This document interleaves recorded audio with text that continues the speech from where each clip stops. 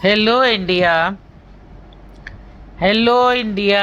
बड़ों को ढेर सारा प्रणाम, छोटों को ढेर सारा प्यार और मेरे सारे सब्सक्राइबर को ढेर सारा Ram Ram. Welcome back to my YouTube channel Simi की डायरी ऑफिशियल में आप लोग का ढेर सारा स्वागत है।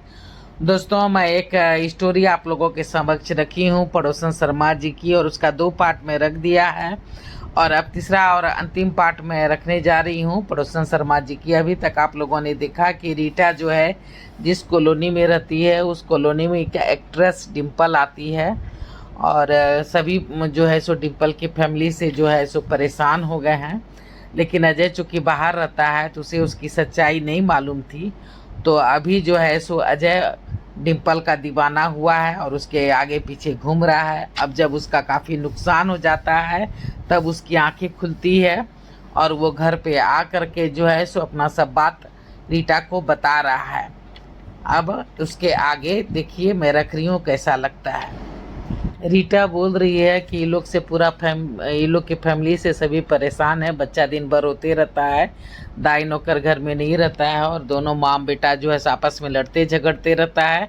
और डिम्पल जो है सो बाहर में ही ऐश करती है, सबको जो है सो मूर्ख बनाती है, उल्लू बनाती है।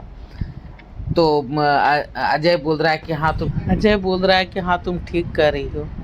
थोड़ी देर बच्चों ने जिद किया कि पापा ये हमारे साथ खेलो ना, तो थोड़ी देर अजय जो है सो दोनों के साथ खेलता है।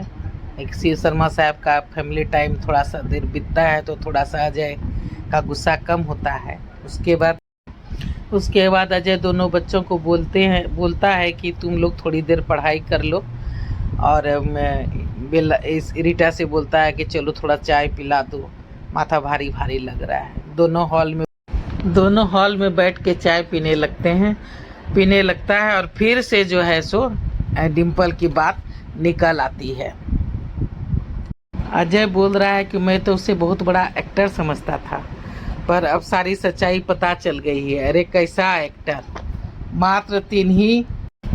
मात्र 3-4 सीरियल ही उसने अब तक किए हैं, जिसमें कि नया वाला जो शो था उसी में उसका मेन रोल था। बाकी में तो साइड रोल ही इसे मिला है। तभी तो लगता है कि उसे पेमेंट नहीं मिलता है, इसलिए दूसरों को फंसा के अपना उल्लू सीधा करती है। आज अपने पॉकेट से उसे 2 लाख रुपया हर जाने के रूप में उसे 2 लाख रुपया मुझे देना पड़ा।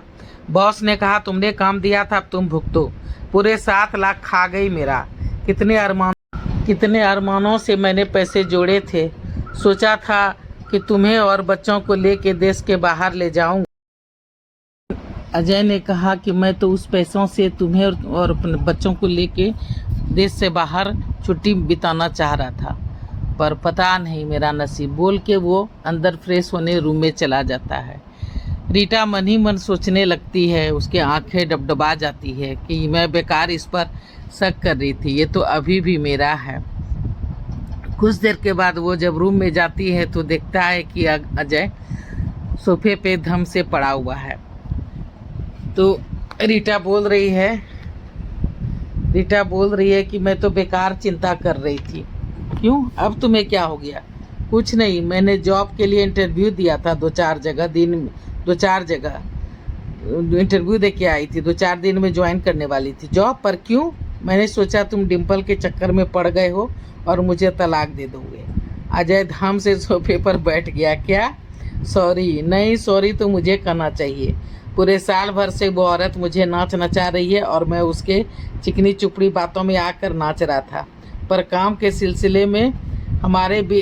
सिलसिले के अलावे हमारे बीच में कुछ भी कोई ऐसा वैसा नहीं है। संबंध तो छोड़ो, मैंने कभी उसे उस नज़र से देखा भी नहीं।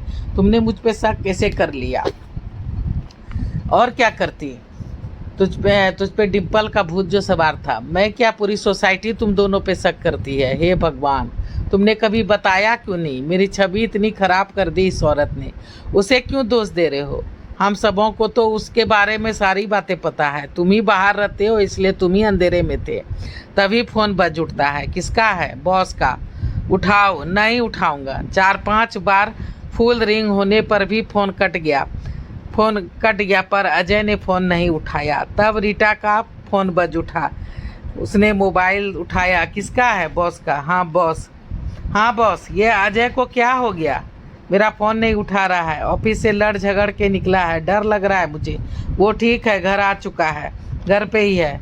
रीटा उसे संभालो, बहुत छूट दे रखी है तुमने। मैंने सुना 2-4 जगह इंटरव्यू दे के आई हो। हाँ बॉस। क्यों, हम मर गए क्या? भगवान साक्षी है, हमने कभी तुम लोगों को दोस्त के सिवा कुछ नहीं समझा है। ये बॉस बॉस कह देने से क्या मैं बॉस हो गया तुम लोग का? ये बॉस बॉस कह देने से क्या बॉस हो गया मैं तुम लोग का? उसे कहो 2-4 दिन आराम कर ले, फिर ड्यूटी ज्वाइन कर ले, ठीक है? और तुम्हारे लिए भी काम है, मेरे लिए क्या काम? वही 5 ऐड जो बच गए हैं, उस महारानी ने जो छोड़ दिए हैं उसे तुम पूरा करो। अरे नहीं बाबा नहीं, मुझे एक्टिंग नहीं आती। कैसे नहीं आती? स्कूल कॉलेज हर जगह तो पार्टिसिपेट करती आ रही हो। हमने जब डैड से लड़ झगड़ कर ये कंपनी अपने और अपने सारे दोस्तों के लिए तैयार करवाया था, हम सब ने ही मिल के इसका ऐड बनवाया था और उसकी स्क्रिप्ट राइटिंग और मेन रोल तुम्हारा ही था। तुम भूल गई? सारे काम तुमने ही संभाले थे। पर ये 8 साल पहले की बात है बॉस। अब मेरी उम्र हो गई है, पूरे 30 की हो गई हूँ, काम भी छोड़ रखा है। तुम लगता है कि शीशा देखना छोड़ दी हो। खुद को निहारो और तैयार करो अपने आप को। ये काम तुम्हें ही करने हैं, हर कुछ संभालना है। सर महाराज 7 लाख गवा चुके हैं उस महारानी के पीछे। तुम्हें क्षतिपूर्ति करनी है या नहीं? वो सब तो ठीक है, पर अजय से पूछना पड़ेगा। वो उल्लू का पट्टा क्या कहेगा? तुम घर पे ही काम करना शुरू कर दो, सब कुछ तैयारी शुरू कर दो। जब शूट शुरू होगा तो बच्चों को लेकर आना है, उसकी देखभाल की सारी जिम्मेदारी मेरी शूट बाहर के देशों में होगा। सोच लो, घूमना का घूमना भी हो जाएगा, बच्चे भी खुश हो जाएंगे। पूरे 4-5 महीने का टूर होगा शहर से बाहर, मौजा ही मौजा। हम भी परिवार के साथ चलेंगे। चलो थोड़ा खुद के लिए भी जी लेते हैं। सर को कह देना 1-2 दिन में ऑफिस आ जाए, मैं मीटिंग के लिए निकलता हूँ। ठीक है। तब अजय पूछता है कि क्या कर रहा था? तुम्हें उल्लू का पट्टा कह रहा था। वो तो मैं हूँ, और मुझे तुम्हारे बचे हुए ऐड पूरे करने को कह रहा है क्या? हाँ, सारी जिम्मेदारी मुझ पे ही डाल दी है। रीटा बोल रही है कि उसने सारी जिम्मेदारी मुझ पे ही डाल दी है। तुम मार्केटिंग देखोगे पहले की तरह, पर तुम मॉडल किसे सेलेक्ट करोगी? खुद को। क्यों? क्या क्यों? हाँ, अब इतना उसने मुझ पर विश्वास जताया है तो काम तो करना ही पड़ेगा। पर बच्चे, 1 महीने में बच्चों का एग्जाम हो जाएगा, फिर 2 महीने की छुट्टी हो जाएगी। बाकी के लिए बात करूँगी बच्चों के टीचर से, कुछ न कुछ बात बन ही जाएगी। पर मैं क्या कहता हूँ कि बच्चों को हॉस्टल में डाल देते हैं। जब तुमने काम करने का डिसीजन लिया ही है तो नहीं, उसकी कोई ज़रूरत नहीं है। मैंने सुनैना काकी से बात की है, कुछ न कुछ इंतजाम हो ही जाएगा। मैंने सुनैना काकी से बात कर ली है, कुछ न कुछ इंतजाम हो ही जाएगा। तुम बच्चों की चिंता मत करो। रीटा बोल रही है कि मैं मैनेज कर लूँगी। अजय 2-4 दिन आराम करके फिर से काम पे लग गया था। डिम्पल को देख उसका मन तीता हो जाता, वो भी मुंह चिढ़ा करके निकल जाती। समय धीरे धीरे बीतता जा रहा था। फिर वो दिन भी आ गया था कि जब पूरे 6 महीने के लॉन्ग टूर पे शर्मा जी का परिवार जो है 100 परिवार अपना निकल गया था। वापस आने पर एक पार्टी सोसाइटी ने दी थी जिसमें डिम्पल की फैमिली आई ही नहीं थी। सभी रीटा को बधाई दे रहे थे, उससे हाथ मिला रहे थे, और आते जाते लोग डिम्पल को चिढ़ाते रहते, कहते कि भाई हमारी नई मॉडल तो रीटा भाभी ही है, जो घर जोड़ती है तोड़ती नहीं है। सभी हंस पड़ते।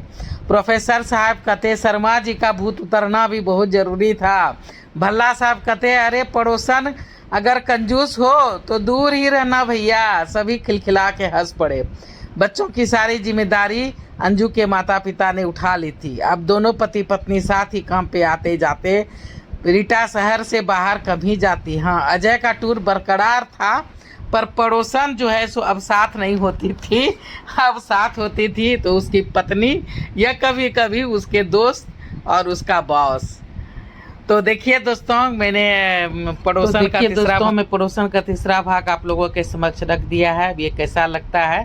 पहली बार चैनल पे आए हैं तो प्लीज़ सब्सक्राइब कीजिए और मेरे मनोबल को थोड़ा सा बढ़ाइए। मेरे सब्सक्राइबर नहीं बढ़ रहे हैं तो सब्सक्राइब कीजिए, लाइक कीजिए, शेयर कीजिए। और मेरे वीडियो को यहाँ तक देखने के लिए और तीनों पार्ट इसका देखने के लिए आपका ढेर सारा थैंक्स। अब मैं अपनी वाणी को यहीं पे विराम देना चाहती हूँ। जय भोलेनाथ, हर हर महादेव। थैंक्स दोस्तों, मेरा वीडियो को देखने के लिए ढेर सारा थैंक्स।